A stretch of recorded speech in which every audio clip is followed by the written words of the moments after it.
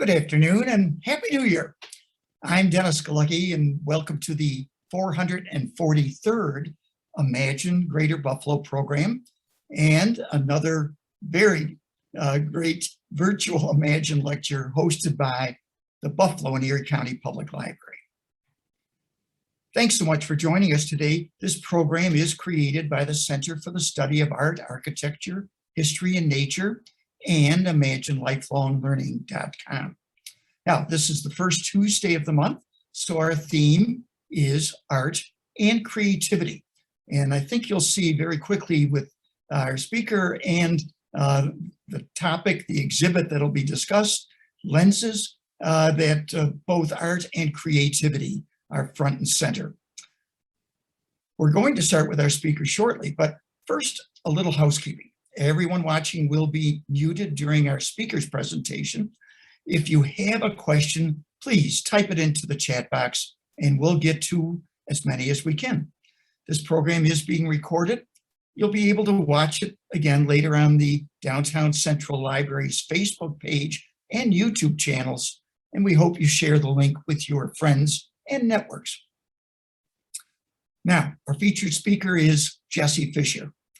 Jessie brings a wide range, a background to her role as the executive director of Preservation Buffalo Niagara, PBN, an urban planner with a master's degree from the University of Washington in Seattle. Jessie has worked as a historic preservation and neighborhood planning consultant.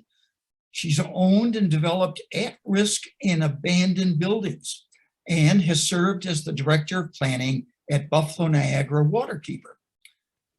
These experiences have combined to give her a unique sense of how promoting our region's heritage can unlock a brighter, more equitable, and more sustainable future.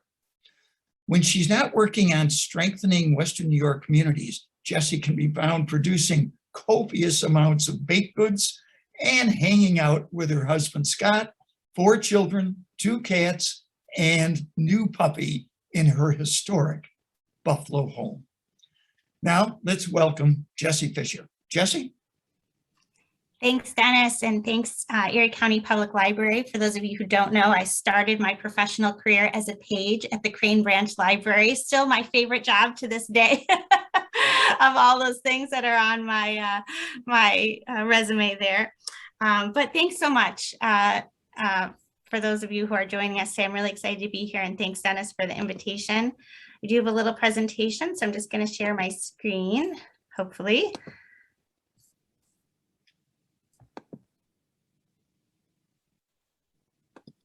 Oh, okay. Does that work? Are we good? Yes. All right, excellent, thank you. So for those of you who don't know, just a quick introduction, if you aren't familiar with Preservation Buffalo Niagara, PBN, as we like to say. We are the region's only full service, professionally staffed preservation organization. We actually serve the 5 counties of Western New York, helping communities to identify, protect, and promote their important places, and helping folks connect more deeply and more meaningfully to the places that they love. This can take the form of creating historic districts, advocating for at-risk buildings and sites, direct investments in historic properties, and in the case of what we'll be talking about today, providing educational opportunities to engage our wider community in the practice of historic preservation and community development. Dennis specifically asked me here today to talk about an exhibit that is currently running at the Lipsey Buffalo Architecture Center, which is located on the ground floor of the Richardson Olmsted campus. Days, hours, and ever-changing COVID information can be found on the PBN website, which is preservationbuffaloniagara.org. And we hope that you will check out the exhibit yourselves using all that information that's there at the website.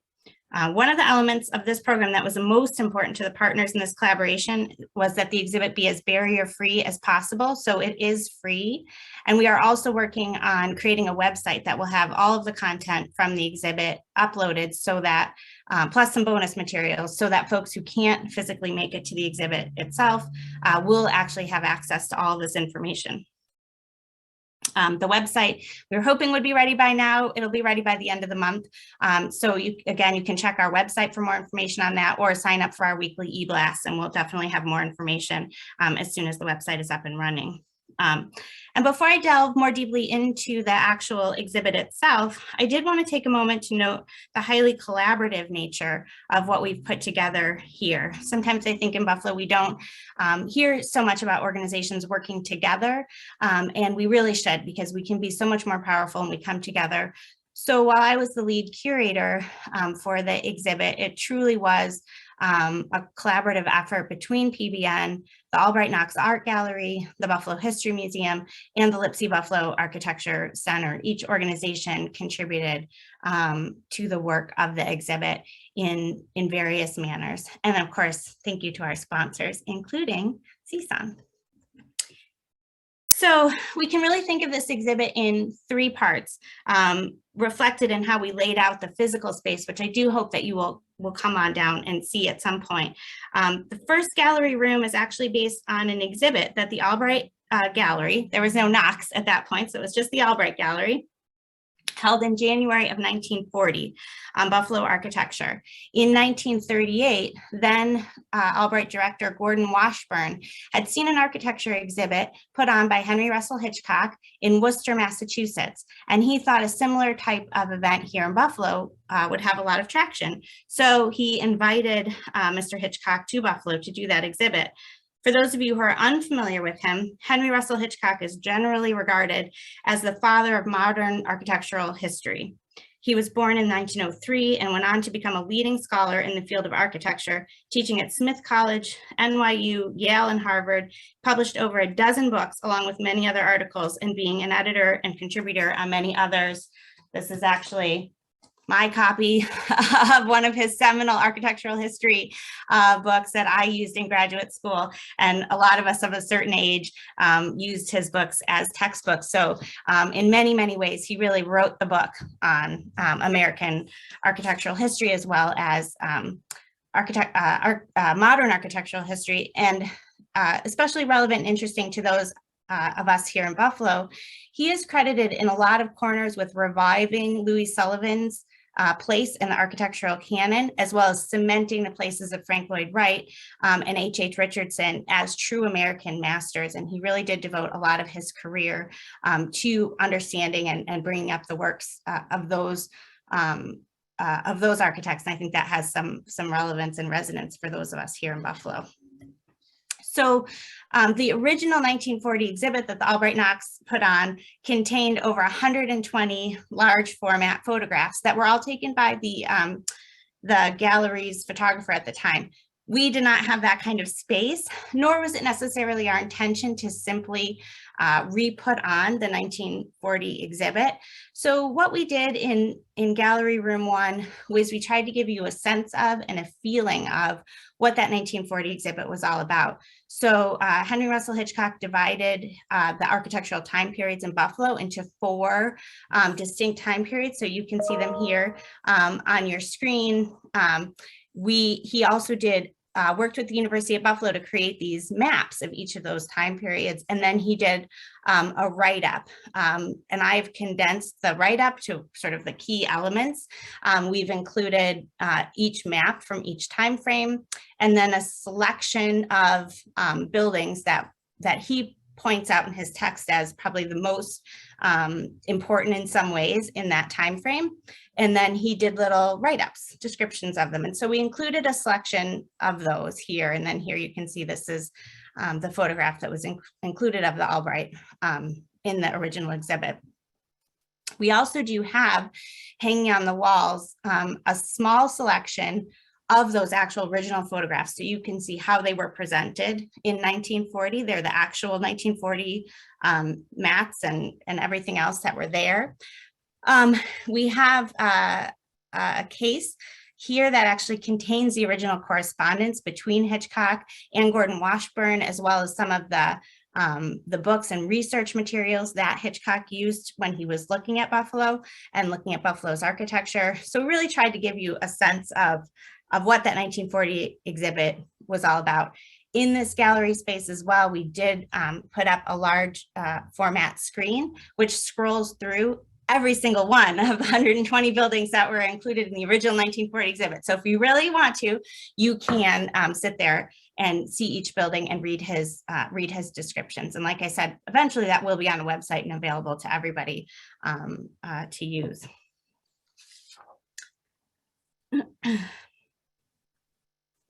So like I said, it wasn't necessarily our intent to simply put on this 1940 exhibit. We really wanted to bring folks further into what had happened since Hitchcock left, what the context was, and to think about how men like Henry Russell Hitchcock really shaped our view of what's valuable in cities.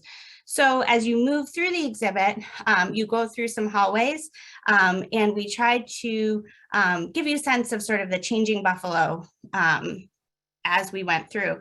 So this map just shows the population story that I think we all know. Hitchcock was here in this great big yellow circle. And when you start back here at the little yellow circle, that was 1816, his very first architectural time period that he uses in his work. You can just see that the story of Buffalo to 1940 is just one of exponential growth. But we all know the story since 1940. And that might not even be the most critical part of the change that happened since Henry Russell Hitchcock was here in 1940. You can see from this graphic that the Erie County population has grown a little bit since Henry Russell Hitchcock was here in 1940. But most impactfully, what's happened is in 1940, virtually every resident of Erie County lived within the city of Buffalo. Only about 25% of county residents lived outside of the city limits. Whereas today, that's a very different picture. Today, only about 25% of Erie County's residents live within the city, and virtually everybody lives outside of the city of Buffalo. And that was created through actual government policies of segregation and of how we invest in our communities, and that's had a dramatic impact on the city of Buffalo. So the other thing we put together, and again, you can see this in the exhibit in a large, on a large screen in a large format, is thanks to our summer intern, we were able to track every demolition on the east side of Buffalo since 1940. And so it gives you a sense of the on the ground implications of what happens when you have policies that emphasize sprawl versus city development. So again, this is demolition since 1950 on the east side of Buffalo. This line right here is Main Street, scooping around up here. I believe it's the southern boundary. We used William Street. I'm going to play that one more time because I think it helps to see it twice. And again, it's on a loop on a large screen at the exhibit if you want to come and think about it a little bit more deeply, but I'm going to play it a second time for you.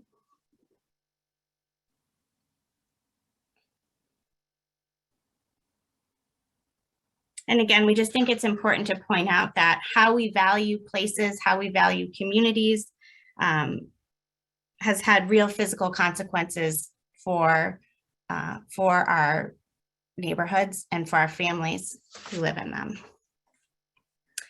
So the third section of the exhibit we refer to as the Beyond Hitchcock portion of the exhibit. So what we really tried to do in this gallery space, well, first of all, I just want to say I worked very closely on this room with Professor Charles Davis, who's an associate professor of architectural history and criticism at the University of Buffalo. And I think he's one of the most exciting, engaging, and relevant writers in architectural history working today. And his work really directly engages with a lot of the work of Henry Russell Hitchcock. So if you're really into this kind of thing, you know, reading the Hitchcock works that we did put in the display case, and then reading Professor Davis's work, I think would give you a great way to really think about this evolving nature of how we look at architecture and history of architecture. So Professor Davis and I worked with his students to reimagine and rethink the canonicity presented in the original 1940 exhibit and its after effects. The work presented here in the Beyond Hitchcock Gallery explores alternate principles of design from the ones expounded by Henry Russell Hitchcock and Philip Johnson in their seminal 1932 exhibit on international style architecture. With the help of Professor Davis's students, we literally rewrote entire sections of Hitchcock's text, and you can come and see that on the wall. You see this section here, redacted catalog, is where we rewrote literally parts of his book, replacing Hitchcock and Johnson had 3 principles of design. We replaced them with 3 different principles of design, and then we used that to consider and explore alternate places of value in Buffalo, most of which were associated with women, with Black Buffalo, with queer culture, and with others, most of whose buildings and legacies have been lost or buried because they didn't fit into the narrative of value espoused by Hitchcock and by those who have come after him. It is our great goal with this exhibit to encourage visitors and viewers to engage with assumptions about what has value in our built environment. The vast majority of places listed on the National Register are associated with the stories of wealthy white European settlers. Is this because those are the only places that have value? Or is this because we need a new lens with which to view the value of places where people actually live, work, and play? We would say it is the latter. And we would also say that our voices aren't the only ones that should be heard. Our real goal with this exhibit, sorry, I'm speeding up. I'm very conscious that I only have 15 minutes. Our real goal with this exhibit is to allow you to come in. We rewrote some principles, but if we can rewrite Henry Russell Hitchcock's 3 principles in his book, so can you. And we all have a role to play in engaging with the built environment around us, of exploring what has value and what has meaning. And what we'd really like to do with this exhibit is to encourage you to get more engaged and to realize that you also have the power to write these principles for your community. And here at PBN, we're here to help you. It's always our goal. So I just wanted to end with a quote that we actually do have in the exhibit. And I think it's one of the most meaningful things that Henry Russell Hitchcock said when he was here in Buffalo. He said, "The hope of the future must lie at least as much in the establishment of a new and broader frame of planning as in the erection of single buildings of distinction. The future ought also to provide some means of preserving the finer moments of the past, instead of allowing that indiscriminate destruction, which has, during the present century, removed far more excellent buildings than have been built." And of course, he was writing that in 1940, and now we sit here in 2020, and I think we could probably say the same thing about our century, at least from where I sit. But we're always interested in what the broader community thinks about preservation and about planning, what we've saved, what we haven't saved, and what needs saving today and what needs our attention today. So I just want to thank Dennis for the opportunity. I hope that people will come and see the exhibit in person, and I'm more than happy to take any questions that anybody might have.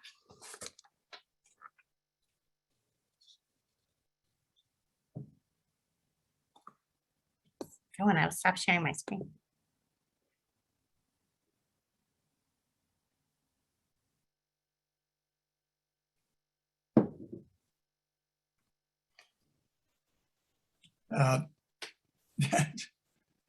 Jessie, that was outstanding. I couldn't have hoped for a better presentation.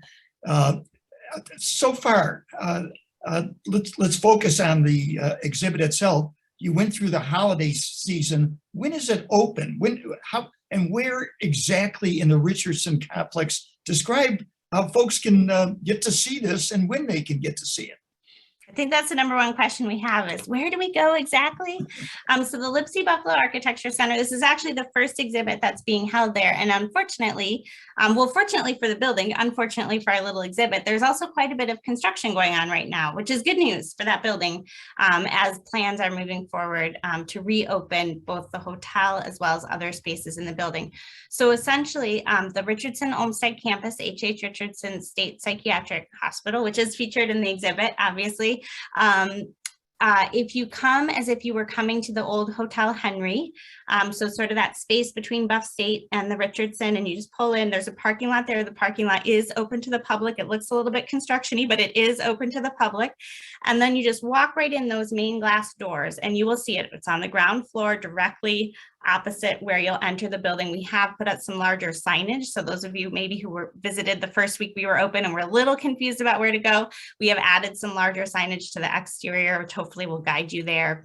And our exhibit hours are Thursday through Sunday. So Thursdays, 2 p.m. to 8 p.m., Fridays and Saturdays, 10 a.m. to 4 p.m., and Sundays noon to 4. So hopefully that'll give you a chance between all those different times to come and visit us. Is there somebody from PBN that's there, or is it just an open door and people give us a self-guided tour, I assume?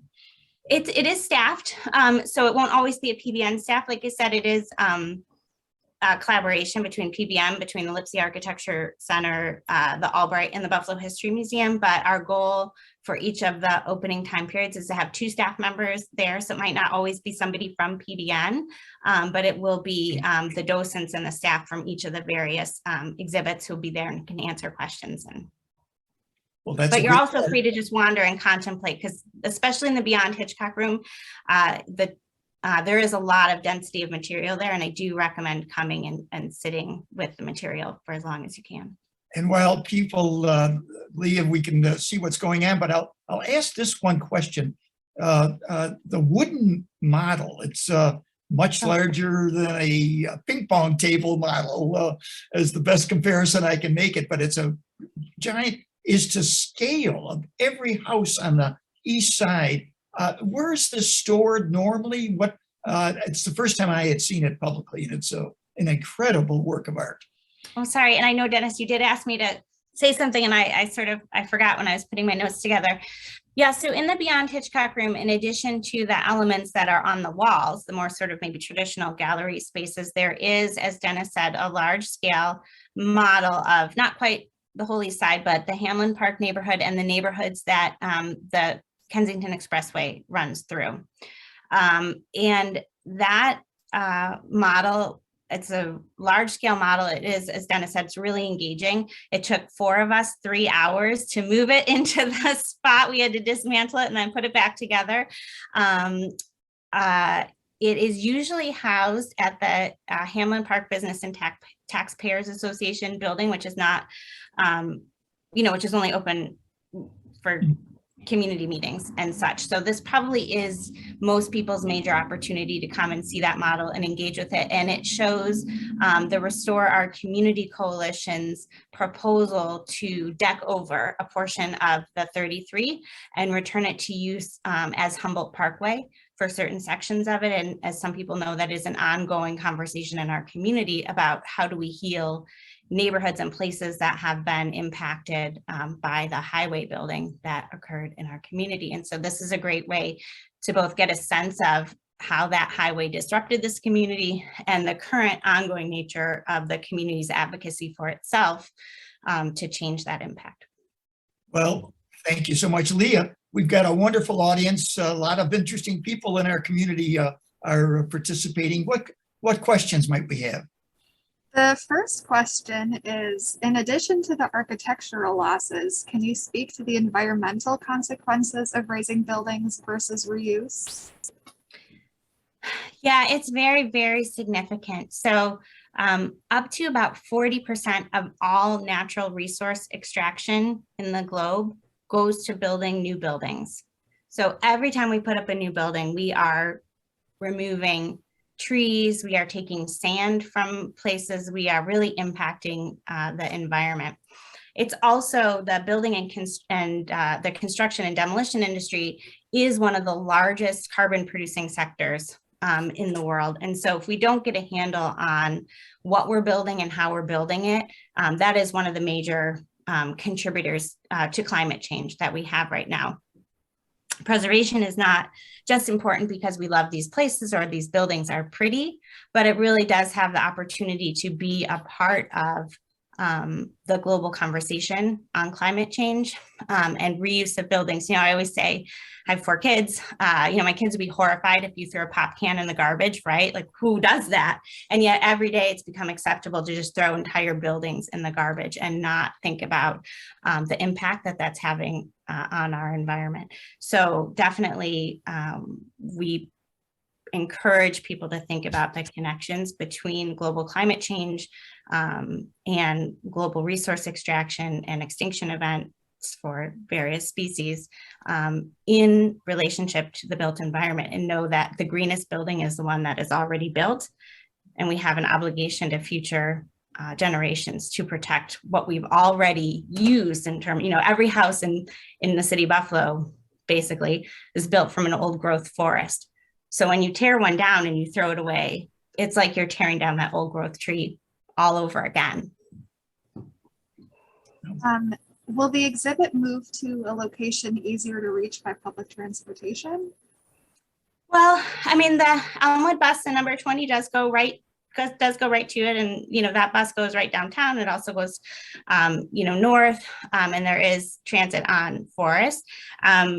At the moment, there isn't any talk of an alternate location. However, as I said, we will have it on a website, which isn't ideal, but it's better than nothing. So for folks who really can't get to that spot, it will be available on the internet, hopefully before the end of this month.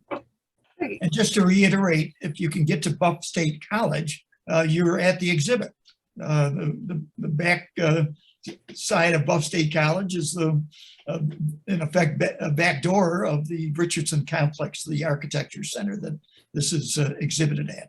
What else, Leanne? Any others? Yes. Yeah, there's a few more. Do you know if there are patients on the Richardson Complex? And if so, what precautions are taken to ensure their privacy when these exhibits are offered? There are not any at the Richardson Complex. The campus itself does include the current state psychiatric hospital, but that's in an entirely separate building with its own parking facilities and its own. We don't enter at all into that building. There haven't been any patients since the 1960s or 70s in the buildings where this exhibit is taking place. So I don't think there's any concerns with patient privacy. Okay, that's great. And someone else just wanted to go back to the last question and point out that there are 32 bus stops on the Buff State campus near Elmwood that can be used. And the last question we have is, what is your organization's position on the current Great Northern Grain Elevator controversy? Well, we are opposed to tearing it down. The Great Northern is one of the only, well, it's the only one that we know of, but I always hesitate to use the superlative, right? But it is one of the only buildings remaining of that particular style of grain elevator.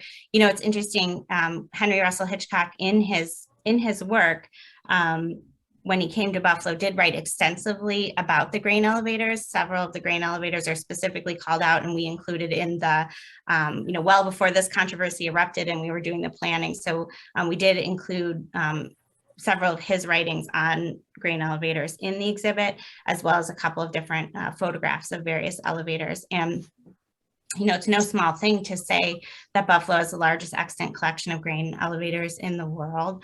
And so every time we lose one, we're really eroding that legacy. Grain elevators are invented in Buffalo. This particular one has a long and vaunted story. So when you talk about protecting the finer moments of the past, as Mr. Hitchcock says, this definitely, qualifies. And so, we are very staunchly in support of saving it. We actually do have a way that you can on our website, if you want to, go and add your voice to that with a letter writing campaign that goes to the city. So if you are looking for a way to lend some support, you can go and do that. We are expecting a ruling by the judge at some point today. Hopefully we'll know where that is in the story. Great, thank you. Any others, Leah? Those are all the questions. We have a few minutes, so if anybody has a quick question, please put it in the chat box. Jessie, just to follow up on that too, really our community, when you think of the change of culture, that I would argue Preservation Buffalo Niagara has been very much involved in helping change a culture a lot of those buildings disappeared through just neglect. Demolition by neglect, it can be referred to. And so too with the Archer Daniel Midland, I call it Buffalo's Great Northern, that we should take possession of it, because if a landlord can't take care of something, then at some point the city should take care of it and deal with it, save it if it's worthy of saving. And certainly this building is. Older buildings suddenly, when they're threatened, become interesting. Think of the Skyway last summer. A lot of people wanted to tear it down, and suddenly we heard from a lot of people that said, you know, it's functional, and it serves purposes of views and cityscapes that you wouldn't have if you didn't have it. And it found love, let's say. And I think the grain elevator, the Great Northern, is having the same experience. Most of us would go by it, not pay any particular attention maybe.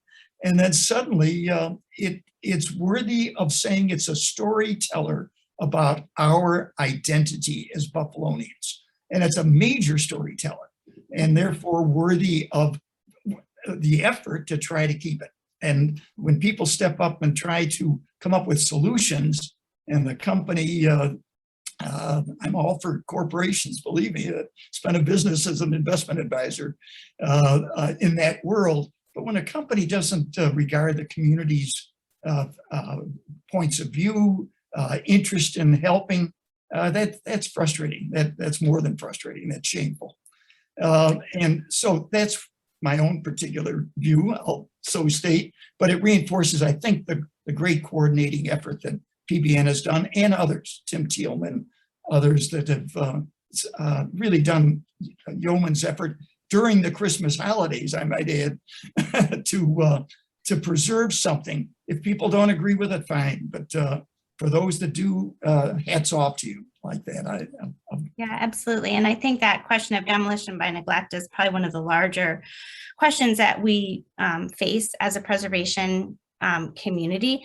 And sometimes that is not purposeful. When we look at the legacy of redlining in our city in particular, people have been denied the capital generationally to make investments in repairs in their homes and their businesses in some ways. And so we have an obligation as people interested in an equitable and fair community to help those folks who are in genuine good faith but haven't been able to make those physical and financial investments in their communities because of different circumstances. And PBN has been working over the last few years to put in place some financial programs to assist people in historic districts who maybe don't have access to traditional types of funding. That's something that we're very interested in helping with. But then there are these bad actors, the folks who neglect their buildings purposefully so that they will be allowed to tear it down. And we see these most often in the case of buildings that are landmarked, because the law specifically states if a building is landmarked, which, for instance, the Great Northern has been for over 20 years, the community decided together 20 years ago that we thought this building was worth preserving. And so because a demolition permit is much more difficult to get, one of the ways that these sort of unscrupulous bad actors have found to get around our community's laws enacted by our representatives on the Common Council, signed by our mayors, is to allow buildings to get into really dangerous condition. And for a long time, that really has spelled doom for buildings. PBN has been working to try and change the laws and try and change some of the mechanisms around how do we deal with this. So if you saw a couple weeks ago in regard to this issue, Senator Sean Ryan and Councilmember Mitch Nowakowski called on the city of Buffalo to place this building into a receivership program. That's something that PBN pioneered and created with our legal experts. So we are trying to create new tools so that we can get around some of the bad actor impacts on our physical built environment. And, it's not fair for the community to pay a price for an owner who simply doesn't want to protect something that we've already decided as a community is important to us. And just that decision as I recall, is on Chuck Lacuse's website, buffaloah.com. You can see the copy of it. I thought it was approved way back in 1990 by the city of Buffalo. So I think you're right. I think I'm dating myself a little bit. 20 years ago, 1990 was 20 years ago, right? That's another decade here or there. But so you see the precedent and why people feel and have felt that you're not acknowledging a whole community of hardworking people that have done all of this work to get it to this point, and then suddenly a windstorm is going to put a hole in it, and suddenly it's all gone. So that's why the effort is going on. I think to respect that effort and respect ourselves and our identity as Buffalonians. That grain elevator speaks to that identity, I think, and it's a great storytelling mechanism, and frankly, a major part of the waterfront storytelling and tourist attraction, as well as attraction for the rest of us in our neighborhood. Jesse, we'll wind it up there. Great job. Your exhibit again goes through April. Through April 10th, so you have lots of time to come down and see us. And I encourage everybody to do just that. Spend some time with it. Don't figure on a 10-minute in and out type of deal. This is there's videos like the one you saw of the 30-second video of the change of the East Side since 1940, and it's pretty dramatic. And I think you've done a great job as curator, Jesse, for selecting. Hats off to the Albright Knox and others that work with you. It's a great collaborative effort in our community. And that's why I wanted to schedule it first to kick off our new year and our 13th season here at the Imagine program. So folks, we're going to continue actually and have a speaker, one in February and again in March to go ahead and, whoops, there we go. Yeah, there we go. To go ahead, next week, we're going to have Clifford Bell of the Buffalo African American History Museum. And then in February, first Tuesday of February, we will continue with this discussion and have Frankowski, who wrote the introduction to the 1980 book. I've told him he must have been in fourth grade when he did that. But it's a great introduction, and you'll see it if you go to this exhibit. So thank you very much, Jesse. I think you'll also be returning in March as we do a finale on this. So thanks, folks, for joining us. Again, hope it's a great new year for you, for all of us. Primarily be well, though, and have a great day. Thanks, Dennis. Thanks, everyone.